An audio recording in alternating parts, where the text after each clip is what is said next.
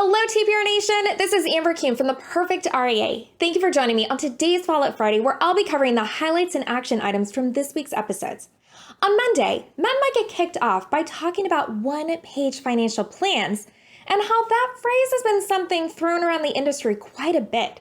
They also wanted to talk about how this comes into play and how you demonstrate value, especially when you're meeting with a prospect who's a do-it-yourselfer.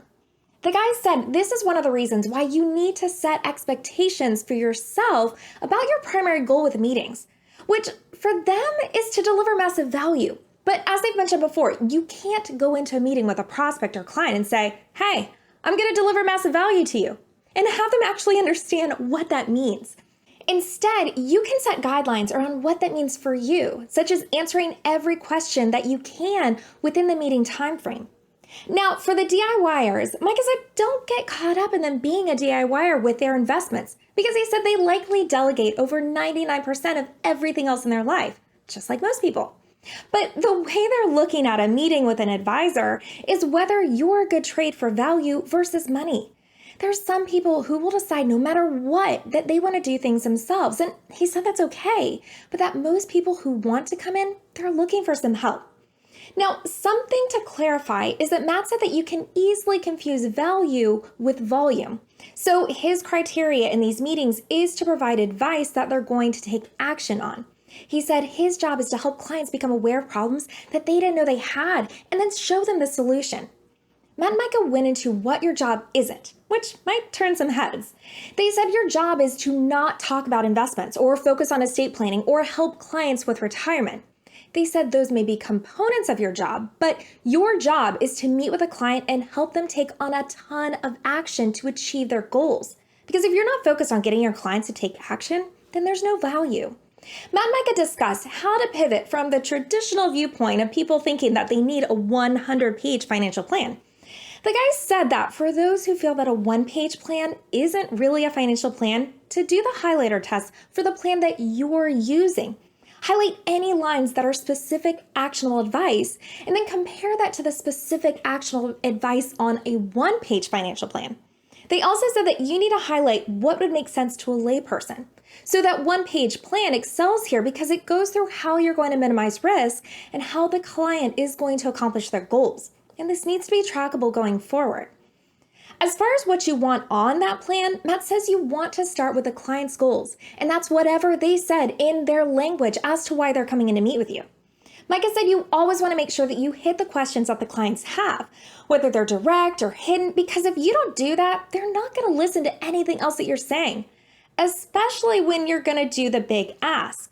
Matt will explain that the one-page plan is an executive summary, which he's going to go through, and that at the end of the meeting, he'll then ask if they want to meet again so they can become a client. So now the prospect knows when that big question is going to be asked. They don't have to think about it anymore. And now Matt said he's on the hook for that big ask because he's already told the prospect when he's going to be asking it. Now, here's a question the guys get asked a lot. Does the one-page financial plan have to be one page? Matt said it doesn't have to be one page, but he likes to keep it to one because it forces him to be concise and focus on the bullet points that are most important. Micah added that the simpler he can make things, the more action he can get from clients. Now, the guy said it takes energy and time and effort to be able to create this one-page financial plan. It's challenging. It's not more complex, but it is harder. Now, Micah also said that that one-page plan also ties into the dishwasher rule so that you can get credit for the value you provide and what you're doing for clients. You can go through that plan and it'll show everything you've done for them, but you also need to tie this into the next steps going forward. That leads into that ongoing relationship and future value adds and how you're going to keep things on track for retirement. It also gives you a guided structure instead of some generic analysis and can help, especially for younger advisors, when you feel that pressure going into that client meeting. And it also makes it personable to the client. All right, let's get into action items. You need to find proven examples of what works in client meetings and look at your entire prospect process and see how you can simplify this for your clients and your prospects. Also, reach out to us and let us know where you're getting stuck. On Wednesday, Matt was joined by Amir Rashalima from the UK, who's a financial advisor and does a lot of work with the CISI, where Matt will be speaking in October. Now, I'm excited to share that both Matt and I will be attending that conference. So, TPR listeners, especially those of you who are listening to us in the UK, share all your tips and recommendations for while we're there. Amir talked about the importance of doing the work and being intentional. He said you need to stop the noise. Don't listen to the stuff that's out there and that self-limiting belief and that people don't like you. He said whatever it is, just do the work and try to listen to the people who are maybe a few miles ahead of you. Matt said it's easy to get caught up in that illusion of success, and people tend to forget about all the obstacles that happen. Things aren't always smooth sailing. But Amir views these obstacles as an opportunity for success. He shared that he spent 6 years in a business where the goal was for him to buy the founding partners out, and when it came down to it, he was told that they were going to go in a different direction. So he said he had his own financial plan and started making adjustments in how that original plan looked for his business. He said being in that situation, you start going back to your network and communicating with people who have your best interests at heart, and that it's a reminder that those connections were always there, but you maybe weren't doing the work to make things happen. So now he started a new practice, and he said what he thought he was going to build somewhere else is now something he's building exactly as he planned to build it. Amir shared that when he started building processes, he first looked like Surge and how to implement it. He listened to our podcast on Surge, he did our Surge master course, and what he realized is that it really comes down to being intentional. And this is something he realized he hadn't previously been. So he started time blocking and looking at clients to figure out how to double his business. And then he backed into a business plan. Amir shared his advice for those who are involved in a succession plan, which is to be as open as possible for all parties involved. But he said, get yourself into a position where you're going to do the work so that if you need to, you can go and find another job. For him, the first building block was education. He wanted to feel that he earned a seat at the table with others. So this was getting a CFP and then spending time with mentors who could help take that CFP and implement it in a way where you're then going to help your clients where no one ever has. He said it's okay if things don't go exactly the way you planned. Have that solid foundation so that you can pivot and do the work and keep moving forward. Matt also talked about how Amir has done so much within the financial planning community and that he's focused on giving back. Amir said you can do this at your local FPA chapter, but do something and be a part of something bigger than you. Amir also shared the questions that he asked every prospective client. He said those questions are basic, but it's about listening to what the prospect has to say. This helps you understand everything that they're concerned about, and it helps you deliver value. Amir said you need to be listening and do the work and put those reps in. He said you're not in the business of convincing anyone of anything.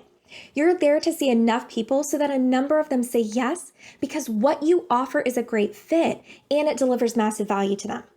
Amir said you need to remember how you're helping people, about the good that you do, and that you're doing it in a way that no other professional does. Let's get into action items. Find a community in the industry that you not only belong to, but one that you can help move forward.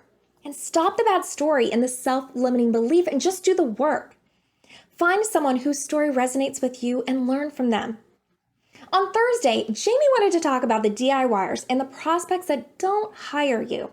She went through the history of Shalansky & Associates and how they started charging for prospect appointments. She said they were doing a lot of seminars, and during these, people could complete a fact finder and then have a consultation in their office. She said every so often, they'd have someone come in and they wanted to extract as much information as possible with no intention of ever hiring them.